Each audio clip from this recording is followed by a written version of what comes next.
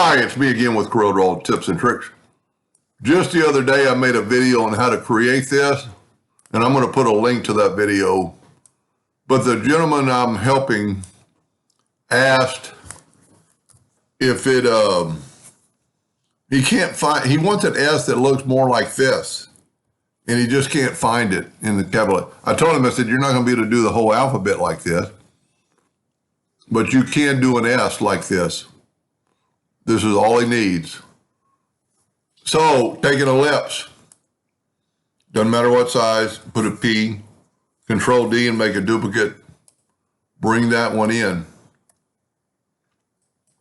Maybe not quite that much, and hit A. Now, well, let's bring in a little bit more. Holding down the Shift key so it'll grow from the center. Now select both of them and go T, and you could do this one of two ways. If you will start moving it with a 4-point cross, holding down your control button, it should snap to right there. I hope you see where I'm going. Then just take a 2-point line and put it wherever you want. You know, make it whatever level or non-level, or let's make it at least level by holding down the control button. And then delete the parts you don't need. And look at that. Now, these are two lines, so you need to join them, and there's also probably going to be a little bit of a hiccup here. But if we look at these nodes, you can't do it here because it's grayed out, but if you'll go to Windows, Dockers, Join Curves, well, I didn't have the other one selected, that's why. So Shift select both sides and then grab all this, and now that, well, it's still grayed out.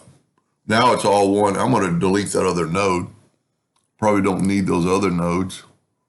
And at this time, you would kind of inspect it. There's actually two nodes there. Let's delete one of them and see what, whoop, can't do that. So what we can do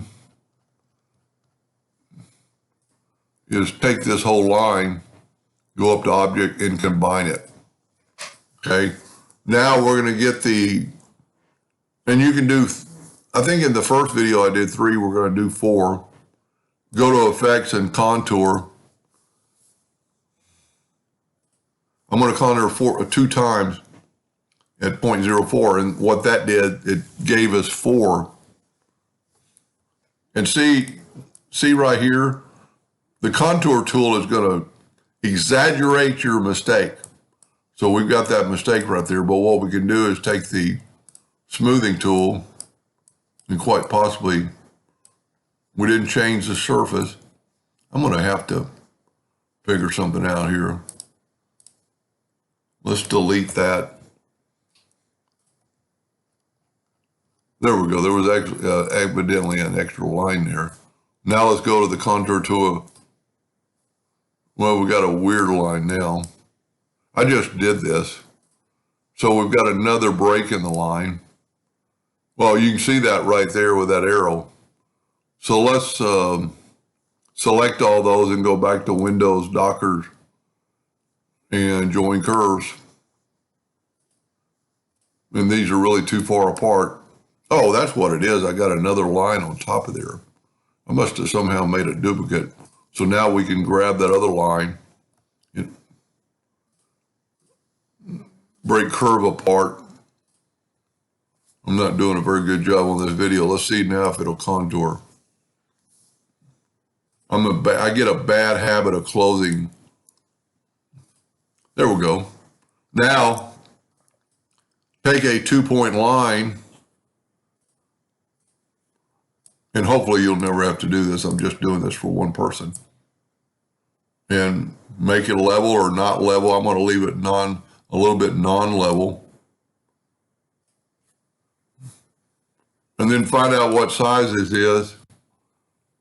It's over 15 inches tall. Let's change our nudge factor to 16. You don't have to do this, but I think it's easier with the Smart Fill tool. And go ahead and make them all the same color. And I'm going to move them over one at a time. And then to vary the color, that's a pretty good looking S. Let's grab the second one, Holding down the control button, I'm going to add a little blue. See it changing before your eyes? And then on the inside one, I'm going to hold down the control button and add a little white. So you get 4 different, or 3 shades, but you can make them all.